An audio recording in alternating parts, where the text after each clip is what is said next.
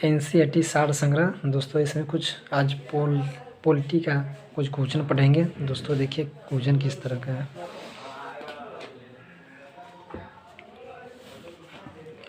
सबसे पहले क्या प्रकलन समिति पूछ रहा है कि प्रकलन समिति संसद के किस सदन के सदस्य से गठित की जाती है।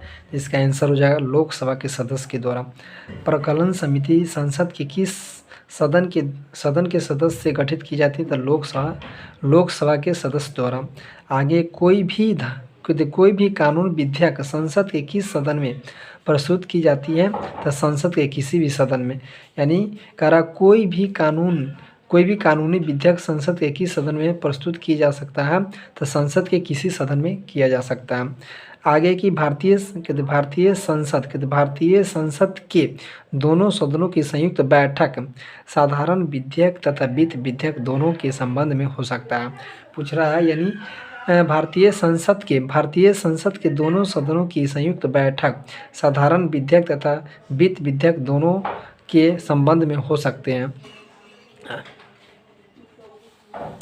आगे क्वेश्चन है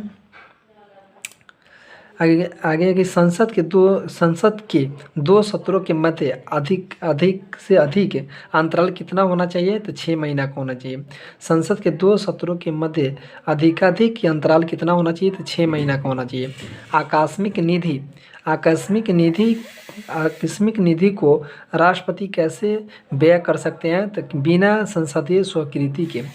आकस्मिक निधि को राष्ट्रपति कैसे व्यय कर सकते हैं यानी बिना संसदीय स्वीकृति के।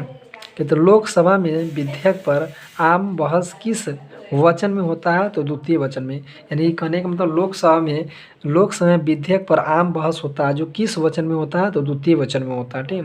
कटौती प्रस्ताव आगे की कटौती प्रस्ताव को और किस अन्य नाम से जाने जाते हैं तो समापन प्रस्ताव के नाम से। यानी कटौती प्रस्ताव होता है यानी कटौती प्रस्ताव को अन्य किस नाम से जाना जाता है तो समापन प्रस्ताव के नाम से जाना जाता है। चलिए आगे पढ़ते हैं। आगे कि यदि कोई धन विधेयक लोकसभा द्वारा स्वीकृत कर दिया जाए तो राज्यसभा इसे अधिक से अधिक कितने अवधि तक रोक कर रख सकता है 14 दिन तक। कहने का मतलब क्या है कि यदि कोई धन विधेयक है अगर लोकसभा द्वारा स्वीकृत कर दिया जाए तो राज्यसभा इसे कि अधिक से अधिक कितने अवधि तक रोक कर रख सकते हैं तो 14 दिन तक रोक कर रख सकते हैं। आगे है कि यदि वार्षिक संघीय बजट लोकसभा द्वारा पारित न हो तो प्रधानमंत्री अपने मंत्रिपरिषद सहित त्यागपत्र दे देते हैं।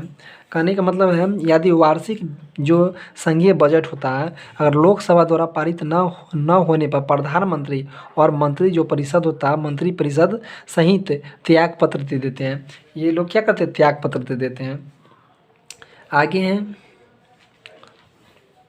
आगे लोकसभा की अध्यक्ष की लोकसभा तथा राज्यसभा के संयुक्त अधिवेशन की अध्यक्षता कौन करता है तो यह लोकसभा के अध्यक्ष करते हैं। कौन करते हैं लोकसभा के अध्यक्ष करते हैं। पूछ रहा है कि लोकसभा तथा राज्यसभा के संयुक्त अधिवेशन की अध्यक्षता कौन करते हैं तो लोकसभा अध्यक्ष करते हैं। कौन करते हैं लोकसभा अध्यक्ष करते हैं। कौन करते हैं लोकसभा अध्यक्ष करते हैं। आगे है कि संसद की किसी समिति में राज्यसभा का प्रतिनिधि नहीं होता है तब प्रकलन समिति में। संसद के किस समिति में जो राज्यसभा का प्रतिनिधित्व नहीं होता तब प्रकलन समिति में राज्यसभा का कोई प्रतिनिधित्व नहीं होता है। ठीक है।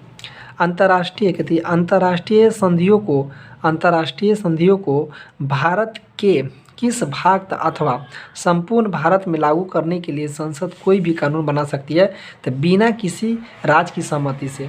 पूछ रहा अंतर्राष्ट्रीय संधियों को भारत के किसी भाग अथवा संपूर्ण भारत में लागू करने के लिए संसद कोई भी कानून बना सकती है बिना किसी राज्य की सहमति से।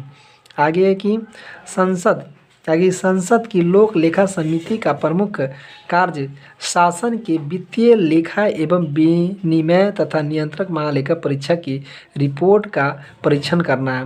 क्या है संसद की लोक लेखा समिति का प्रमुख कार्य शासन के वित्तीय लेखा एवं विनिमय तथा नियंत्रण महालेखा परीक्षक की रिपोर्ट का परीक्षण करना है।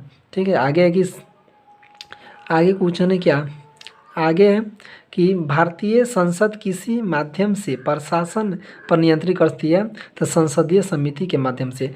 जो मेरा भारतीय जो संसद है, भारतीय संसद किसके माध्यम से प्रशासन पर नियंत्रित करेगा, तो ये आपका आंसर हो जाएगा संसदीय समिति के माध्यम से प्रशासन पर नियंत्रण करेगा। ठीक,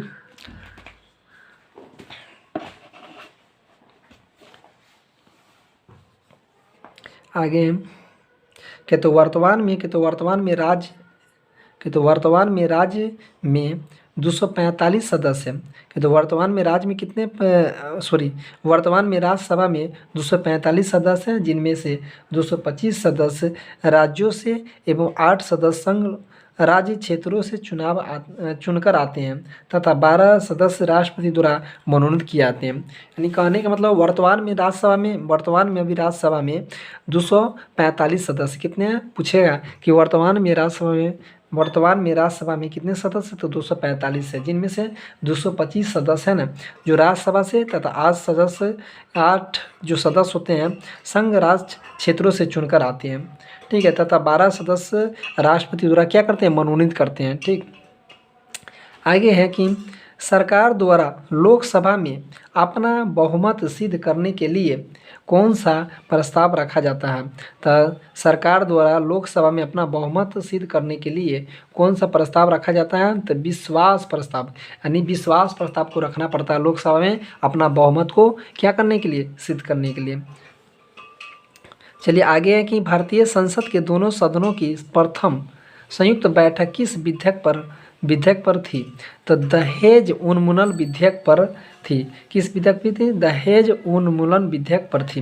पूछ रहा कि भारतीय संसद के दोनों सदनों की प्रथम संयुक्त बैठक किस विधेयक पर थी, तो दहेज उन्मूलन विधेयक पर थी। कब आया था, ये 1961 में था। इसका 1961 में ये बिल आया था। ठीक है, आगे की लोक लेखा समिति अपनी रिपोर्ट किससे प्रस्तुत करती है, तो लोकसभा अध्यक्ष को। यानी कहने का मतलब लोकसभा अध्यक्ष को करते हैं। क्या कर रहा है कि लोक लेखा समिति अपनी जो रिपोर्ट होता है किसे प्रस्तुत करेगा, तो ये प्रस्तुत किससे करेगा, लोकसभा अध्यक्ष को करेगा। किसे करेगा, लोकसभा अध्यक्ष को करेगा। ओके, कि संसद में लोक लेखा समिति के अध्यक्ष की नियुक्ति किसके द्वारा की जाती है, तो लोकसभा अध्यक्ष के द्वारा। संसद में लोक लेखा समिति की संसद में जो लोक लेखा समिति की अध्यक्ष संसद में लोक लेखा समिति के अध्यक्ष की नियुक्ति किसके द्वारा की जाती है, तो लोकसभा अध्यक्ष के द्वारा की जाती है। लोकसभा अध्यक्ष के द्वारा की जाती है। कि संसद विधानसभा के किसी भी सदस्य की सदस्यता तब